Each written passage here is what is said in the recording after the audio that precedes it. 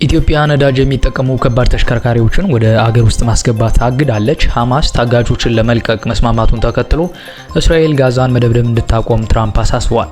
በአሜሪካ የመንግስት መስሪያ ቤቶች ላይ በመዘጋታቸው ምክንያት ትራምፕ የዲሞክራቶች ተቋም ላይ ያነጣጥረዋል። ሰላም ጤና ይስጥልን፣ እንደምን አላችሁ? የሰዋሰው ኒውስ የዩቲዩብ ቻናላችን ነው። ለዩቲዩብ ቻናላችን አዲስ ከሆናችሁ አዳዲስና ፈጣን ታማኝ መረጃዎች በፍጥነት ወደ እናንተ እንዲደርሱ የዩቲዩብ ቻናላችን ሰብስክራይብ በማድረግ ቤተሰብ ሁኑ። ወደ ዝርዝር መረጃዎች ወስዳችኋለሁ። Welcome to this news channel. ሚስተር አብይ አህመድ ነዳጅ የሚጠቀሙ ከባድ መኪኖችን ከመስከረም 22 2018 ዓ.ም ጀምሮ ማስገባት መከልከሉን አስታወቁ። ጠቅላይ ሚኒስትሩ በሶማሌ ክልል ካሉ በአመት 111 ሚሊዮን ሊትር ማምረት የሚችለው የኦጋዴን ፈሳሽ የተፈጥሮ ጋዝ ፕሮጀክት በትናንትናው ዕለት ሲመረቅ 1.3 ቢሊዮን ሊትር በአመት ያመርታል የተባለውን የፕሮጀክት ሁለተኛ ምዕራፍ ግንባታን አስጀምረዋል። ጠቅላይ ሚኒስትሩ በፕሮጀክቱ ማብሰሪያ ስነ ስርዓት ላይ ባደረጉት ንግግር ከዚህ ቀደም በአነስተኛ ተሽከርካሪዎች ላይ ተጥሎ የነበረ እግድ በከባድ ተሽከርካሪዎች ላይ መጣሉን ገልጿል። ትልቅ መኪና ወይም ትራክ ወደ ኢትዮጵያ ስታስገቡ የነበራችሁ ዜጎች ከዛሬ ጀምሮ ልክ ትናንሽ መኪኖችን ከኤሌክትሪክ ውጭ ማስገባት ታግዶ እንደቆየው ከዛሬ ጀምሮ ነዳጅ የሚጠቀሙ ማንኛውም ትራክ ወደ ኢትዮጵያ ማስገባት የተከለከለ ነው ብለዋል።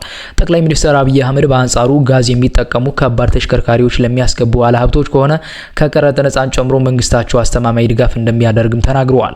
ጠቅላይ ሚኒስትር አብይ አህመድ በዚህ ዓመት ውስጥ 2000 የሚጠጉ የአዲስ አበባ ከተማና ወደ ክልል የሚሄዱ አውቶቡሶች ከነዳጅ ወደ ጋዝ እንቀይራለን ብለዋል።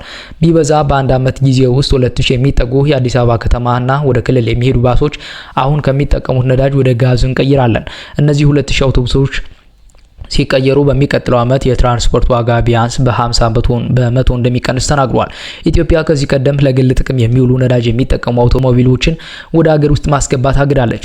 ጠቅላይ ሚኒስትሩ በምረቃቱ ወቅት ባሰሙት ንግግር የፈሳሽ ጋዝ ፕሮጀክት ለኃይል ማመንጫ፣ ለክሪፕቶ ማይኒንግ ስራዎችና አስፈላጊ የሆኑ ግብዓቶችን ጨምሮ የሚያቀርብ መሆኑን ጠቁመዋል። የጋዝ ማምረቻ ብቻ ሳይሆን ለማዳበሪያ ማምረቻ ወሳኝ የሆነውን ግብዓት ያቀርባል ብለዋል።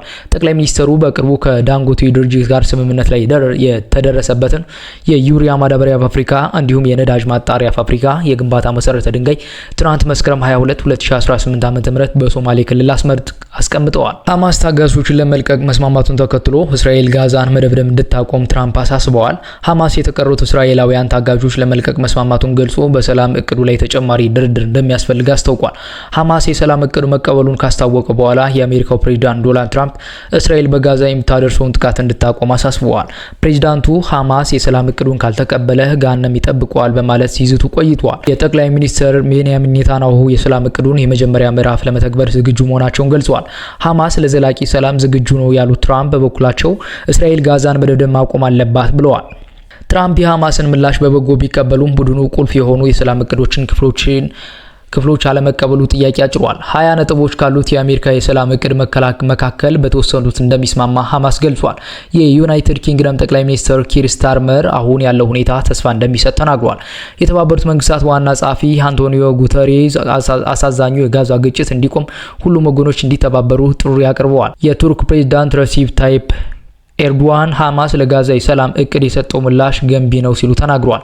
የጀርመን መራሄ መንግስት ፍሬድሪክ መርዝ በበኩላቸው ታጋጆች የሚለቀቁበትና በጋዛ ሰላም የሚሰፍንበት ወቅት ተቃርቧልም ብለዋል።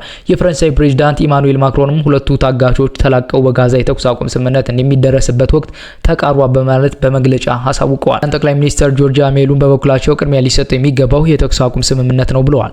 ሐማስ የሰላም እቅዱ ቁልፍ ነጥቦች ላይ ለመስማማት ባይፈቅድም የሰላም እቅዱ እንዲተገበር ከአጋሮቹ ጫና እየተደረገበት ነው። ሐማስ የተስማማባቸው ነጥቦች ጦርነቱን ማስቆም ይችሉ እንደሆነ አሁንም በግልጽ አልታወቀም። እስራኤል የወታደሮቿን ቁጥር እንደምትቀንስ ማስታውቃለች። እስራኤል መከላከያ ሰራዊት ጋዛን በቁጥጥር ስር ለማዋል የሚያደርገውን እንቅስቃሴ እንዲገታ ትዕዛዝ መተላለፉን ተዘግቧል።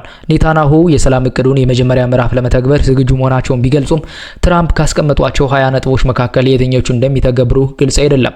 20 ነጥብ ባለውም የሰላም እቅድ ውስጥ ከተካተቱ ሀሳቦች አንዱ ጋዛ ጎረቤቶቿ ስጋት የማትሆንና ከሽብር ነፃ የሆነች ከተማ መሆን አለባት ይላል። በጋዛ መልሶ ግንባታ ተከናውኖ የጋዛ ህዝቦች ጠቃሚ ይሆናሉ የሚል ነጥብም ተካቷል። ሁሉም የሰላም እቅዶች ነጥቦች ከተሳኩ በኋላ ጦርነቱ ይቆማል ሲሉ ትራምፕ ተናግረዋል። ከዚያም የእስራኤል ወታደሮች አካባቢውን ለቀው ይወጣሉ በማለት አክለዋል።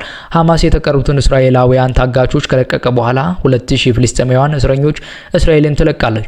ትራምፕ በማህበራዊ ሚዲያ ገጻቸው ላይ ታጋቾችን በቶሎ እንድናድን እስራኤል ጋዛን መደብደብ ማቆም አለባት ብለዋል። በአሜሪካ የመንግስት መስሪያ ቤቶች መዘጋታቸው ምክንያት ትራምፕ የዲሞክራቶች ተቋም ላይ አነጣጥረዋል። ፕሬዚዳንት ዶናልድ ትራምፕ ከተዘጉ 3 ቀን ሊሞላቸው የተቃረቡት የአሜሪካ መንግስት መስሪያ ቤቶች ምክንያት በማድረግ እሳቸውም ሆኑ የበጀት ዳይሬክተሩ የትኞቹን የዲሞክራቶች ተቋማት እንደሚሰሩም ተናግረዋል። ሪፐብሊካኑ እድሉን እንዲጠቀሙበት ማሳባቸውን አቅርበዋል። በዚህም በመንግስት የገንዘብ ድጋፍ የሚደረግለትና ህግ፣ የጤና እንክብካቤ፣ ኢንሹራንስ ድጎማዎችን ማካተት ያስፈልጋል የሚለው የዲሞክራቶች ፍላጎት ወደ ጎን እንዲሉ ጠይቀዋል። በካፒታል ሂል የሚገኙ ሪፐብሊካኖችና ዲሞክራቶች የመንግስት ተቋማት ስራ ላይ ባለመሆናቸው ምክንያት እርስ በርሳቸው መወነጃጀላቸውን ቀጥለዋል። በዚህ ምክንያት በመቶ ሺህ የሚቆጠሩ የፌዴራል ሰራተኞች ቤት እንዲቆዩ ሆነዋል። ሌሎች ደግሞ ያለ ክፍያ ለመስራት ተገደዋል። አንዳንድ የፌዴራል ፓርኮች ለጎብኚዎች የተዘጉ ሲሆን ስታቹ ኦፍ ሊበርቲ ያሉ ክፍት ሆነዋል። ተንታኞች ሁለቱም ወገኖች ከአሜሪካ ጫና ሳይደረግባቸው ይስማማሉ ብለው አይጠብቁም። ትራምፕ በሐሙስ ዕለት ከአሜሪካ የበጀትና አስተዳደር ቢሮ ኤምቢ ዳይሬክተር ከራቫል ዎልት ጋር ባደረጉት ውይይት ላይ ምን ሊወስኑ እንደሚችሉ በትክክል ግልጽ አልሆነም። የአገሪቱ ኮንግረስ የመንግስት ስራዎችን ክፍት ማድረግ ሲያቅተው የኦኤቢ ዳይሬክተር የትኞቹ የመንግስት ስራዎች መቆም እንዳለባቸውና አስፈላጊ የሆኑት ለመምረጥ ከፕሬዚዳንቱ ጋር ይሰራሉ። ፌዴራል መስሪያ ቤቶች የትኞቹ ሰራተኞች በፎርሎው ላይ እንደሚቀመጡ መመሪያ ይሰጣል። ይህ ማለት ሰራተኞች ካይከፈላቸው እረፍት እንዲወጡ የሚደረግበት አሰራር ነው። በመጀመሪያ ቀን ዋይት ሀውስ $18 ቢሊዮን በኒውዮርክ ለመሰረተ ልማት ፕሮጀክት የተያዘን ጨምሮ ለዲሞክራት ግዛቶች የታሰበውን በቢሊዮኖች የሚቆጠሩ ዶላሮችን ለማዘግየት ወይም ለመሰረዝ ተንቀሳቅሷል። ኒውዮርክ ሴናተር ቻክ ሹመር እና የተወካዮች ምክር ቤት ዲሞክራት መሪ ሐኪም ጄፍሪስ ግዛት ነው። የመንግስት መስሪያ ቤቶች እንደገና እንዲከፈቱ ከተፈለገ ሁለቱም ወገኖች አንድ ላይ መሰብሰብ አለባቸው። ሪፐብሊካኖች ከእነሱ ውሳኔ ጋር ለማሳለፍ የ8 ዲሞክራት ሴናተሮች ድምጽ ይፈልጋሉ። ዲሞክራቶች ደግሞ 13 ሪፐብሊካኖች ከጎናቸው እንዲቆሙ ይፈልጋሉ። ባለፈው ረቡዕ በሴኔት በተካሄደው መጨረሻ ያልተሳካ የድምጽ አሰጣጥ 3 ዲሞክራቶች ብቻ ከሪፐብሊካኖች ጎን ቆመዋል። የህግ አውጪዎች በሴኔቱ በድምጽ ብልጫ ጉዳዩን ለመቋጨት አርብ ከሰዓት በኋላ እንደገና ይሰበሰባሉ ተብሎ ይጠበቃል። ሪፐብሊካኖች ምንም ነገር ሳይያያዝበት በጀቱን ማሳለፍ ይፈልጋሉ። ዲሞክራቶች በበኩላቸው ዝቅተኛ ገቢ ላላቸው ግለሰቦች የጤና መድህን ድጎማ እንዲካተት ይፈልጋሉ። ይህ ድጎማ በአመቱ መጨረሻ ላይ ይጠናቀቃል። ሐሙስ ዕለት በካፒቶል ሂል በተደረጉ ጋዜጣዊ መግለጫዎች ላይ ሁለቱም ወገኖች ለመግባባት እንደሚችሉ ፍንጭ አልሰጡም። የምክር ቤቱ አፈ ጉባኤ ማይክል ጆንሰን ዲሞክራቶችን ራስ ወዳድ ከማለት ባለፈ የዲሞክራሲ መዘጋት የሚል ስያሜ ተሰጥተውታል። የመድህን ድጎማዎች ወይም ሌሎች እርምጃዎችን በመንግስት የገንዘብ ድጋፍ ላይ ለማካተት እንደማይደራደር ተናግሯል። ጆሴፍ በበኩላቸው ሪፐብሊካኖች ለሰራተኞች መደብ አሜሪካውያን የጤና መድህን ለመስጠት አልፈለጉም ሲሉ ከማለት ባለፈ ትራምፕ ብዙ የፌዴራል ሰራተኞችን ለማባረር ቢሰነዘሩት ዛቻ ትርጉም የለሽ ነው ብለዋል። የማሪስት ዩኒቨርሲቲ የህዝብ አስተያየት ኢንስቲትዩት ዳይሬክተር የሆኑት ሊ በኩላቸው ከህዝብ በተሰበሰቡ አስተያየቶች መሰረት አሜሪካውያን ለመስሪያ ቤቶች መዘጋት የሚደግፉ ፓርቲ ወክለው ተከፋፍለዋል ብለዋል። ከብሪታንያ ወታደሮች የተወለዱ መሆናቸውን ለማረጋገጥ ክስ የተመሰረቱ ኬንያውያን አሸንፈዋል። 7 ኬንያውያን ለህዝብ ይፋ የሆነ የዘር መል ወይም ደግሞ ዲኤንኤ መረጃ ቋትን በመጠቀም በሀገራቸው በሚገኝ የጦር ሰፈር ውስጥ ከሚሰሩ የብሪታንያ ወታደሮች የተወለዱ መሆናቸውን በፍርድ ቤት አረጋግጧል። በለንደን በሚገኘው የቤተሰብ ፍርድ ቤት ሲካሄድ የነበረው ክርክር ያሸነፉት ኬንያውያን ማንነታቸው የማይታወቅ የነበሩ አባቶቻቸውን ለመለየት በክፍያ የሚገቡ የዲኤንኤ የመረጃ ቋቶችን ተጠቅመዋል። በዩናይትድ ኪንግደም ፍርድ ቤት ውስጥ በዚህ አይነት መንገድ አባትነት ሲረጋገጥ ይሄ መጀመሪያ ነው። በፍርድ ቤቱ የተሰጠው ውሳኔ ከወታደሮች የተወለዱ ኬንያውያን የብሪታንያ ዜግነትን እንዲያገኙ በር ይከፍትላቸዋል። ኬንያውያን በፍርድ ቤት ወክሎ የተከራከረው በእንግሊዛዊው ጠበቃ ጄምስ ኔቶ ጠበቃው በኬንያና ናዮንኪ ግዛት ከሚገኙ ሰዎች የዲኤንኤ ቅንጣት የበሰበሰበ ሲሆን የነዋሪዎችን ምስክርነትም ተቀብሏል። በዚህ ሂደት ውስጥ በርካታ ሰዎች አባቶቻቸውን በኬንያ ባቱ ግዛት ውስጥ በሚገኘው በአፍሪካ ትልቁ የብሪታንያ ሰራዊት ካምፕ ውስጥ የነበሩ ወታደሮች እንደሆኑ እንደሚያምኑም ገልጿል ተብሏል። የእነዚህ ሰዎች የቤተሰብ አባላት የዩናይትድ ኪንግደም ውስጥ ይገኙ እንደሆነ ለማረጋገጥ ለህዝብ ይፋ የሆነ የዲኤንኤ መረጃ ቋትን ተጠቅመዋል። ከኬንያውያን መካከል አንዱ የሆነው ፒተር በአባቱ የብሪታንያ ወታደር እንደሆነ እየተነገረው ቢያድግም እስካሁን ድረስ እንዳላገኘው ሲናገር ቆይቷል። የ33 ዓመቱ ሼፍ እንደሚገልጸው ድብልቅ ዘር ያለው መሆኑን በልጅነቱ መዘባበቻ እንዲሆን አድርጎታል። አባቱ ጥሩ ሰው እንደነበር እናቱ እንደነገሩት የሚያሳየው ፒተር አንድ ቀን እመጣለሁ እንዳላት ትነግረኛለች፣ ነገር ግን ጭራሹ አልመጣም ብሏል። ፒተር በአሁኑ ሰዓት ከአባቱ ጋር ተገናኝቷል። አባቱ በበኩሉ ልጅ እንዳለው እንደማያውቅ ተናግሯል። ከአባቱ ጋር ለመጀመሪያ ጊዜ ከተገናኘ በኋላ ጋር በነበረው ቆይታ ላለፉት 30 አመታት የተሸከምኩት ስቃይ በሰዎች የደረሰብኝ መሎ ያ ህመም ሁሉ ወደ ደስታ ተለወጠ ብሏል። ከህግ ጋር በተያያዘ ምክንያቶች የተነሳ ማንነቱ የማይገለጽ ሌላ ቤቱታ አቅራቢ ደግሞ 4 አመቷ ያለ አንድ ጊዜ ብቻ አባቷን እንዳገኘችና ከዚያ በኋላ ተመልክተው እንደማታውቅ ተናገራለች። ያለ አባት ማደግ ከባድ እንደሆነ የምታስረዳው ኬንያዊቷ ጭራሹ እንደ ተተዎች ይሰማት እንደነበር ማክላለች። ጠበቃው ጄምስ ኔቶ የዛሬ የፍርድ ቤት ውሎ ለረጅም ጊዜ ለበርካታ ቤተሰቦች የማይቻል መስሎ የታየው እጅግ አስቸጋሪ ጉዞ ማብቃቱን ያመለክታል። ከዚህ በፊት ከጥያቄ ውጭ ምንም ያልነበራቸው ልጆችና ወጣቶች አሁን መልስ አግኝተዋል ሲል ከውሳኔው በኋላ ተናግሯል።